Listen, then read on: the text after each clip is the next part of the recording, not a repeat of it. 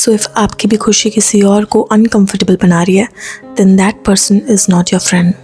तो आपने कभी नोटिस किया है, हमारी ज़िंदगी में ना कुछ लोग होते हैं जो हमारी खुशी से ना कभी खुश नहीं हो पाते।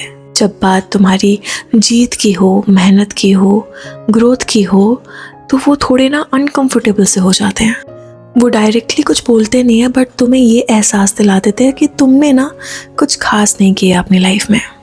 लेकिन यही अगर उनकी ज़िंदगी में छोटी सी छोटी प्रॉब्लम भी आ जाए ना, तो ये सबके लिए इमरजेंसी होना चाहिए उनके अकॉर्डिंग। तुमसे एक्सपेक्ट किया जाता है कि तुम सब छोड़ छाड़ के उनके लिए अवेलेबल हो जाओ। जब तुम अपनी लाइफ में कुछ उनके साथ अच्छा शेयर कर रहे होते हो ना, तो वो बहुत ही स्मार्टली कन्वर्सेशन को ना अपनी तरफ मोड़ लेते हैं। एंड जब तुम अपना दर्द, अपना पेन शेयर कर रहे होते हो, तो बजाय किसी एम्पैथी के वो वहाँ एक कंपटीशन स्टार्ट कर देते हैं।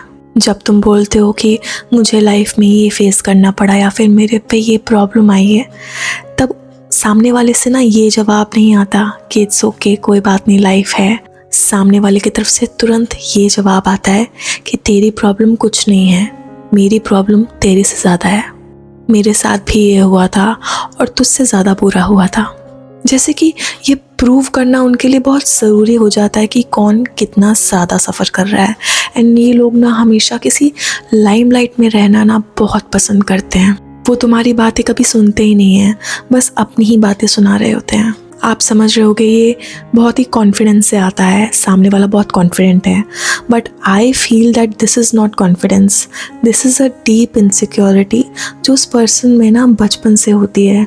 बचपन से उसने ना स्पेशल फील नहीं किया होता, उसको वो स्पेशल ट्रीटमेंट मिला ही नहीं होता, इसलिए वो बड़े होकर ऐसे लोग ढूंढता है जहाँ वो खुद को हमेशा आगे रख पाए। जब किसी को अपनी वर्थ पे या फिर खुद पर कॉन्फिडेंस नहीं होता ना, तो उनको दूसरों की ग्रोथ अपनी फेलियर लगने लगती है।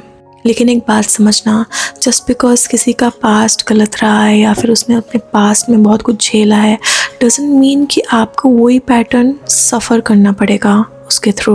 वो टॉक्सिसिटी आपको बेयर करने की बिल्कुल ज़रूरत नहीं है, बिकॉज रिश्ता या दोस्ती वो होती है जो दोनों तरफ से हो, एक तरफ से नहीं, जहाँ सुनने वाले भी हो और समझने वाले भी। क्योंकि अगर तुम एम्पैथी एक तरफ से रखोगे ना, तो धीरे धीरे लाइफ में ना तुम अपनी सेल्फ वर्थ को लूज़ करते रहोगे, खो दोगे अपने आप को। एंड ये खोना ना आपको एक बार में समझ नहीं आता। इनिशियली आपको लगता है कि मैं एक सेक्रीफाइस कर दूंगा तो शायद सामने वाले का अच्छा हो जाए, बट जैसे जैसे आप अपनी ज़िंदगी का हर एक टुकड़ा सेक्रीफाइस करते जाओगे ना, वैसे वैसे ही आपको एंड में समझ आएगा, जब आप अपना सब कुछ खो दोगे, कि आपने क्या खोया है। This is a human psychology कि आपको इनिशियली नहीं समझ आता कि आप क्या खो रहे हो, बट एट द मोमेंट जब आपके पास कुछ नहीं बचता, then you realise that what you lost. So वो रिश्ता निभाने की ज़रूरत नहीं है।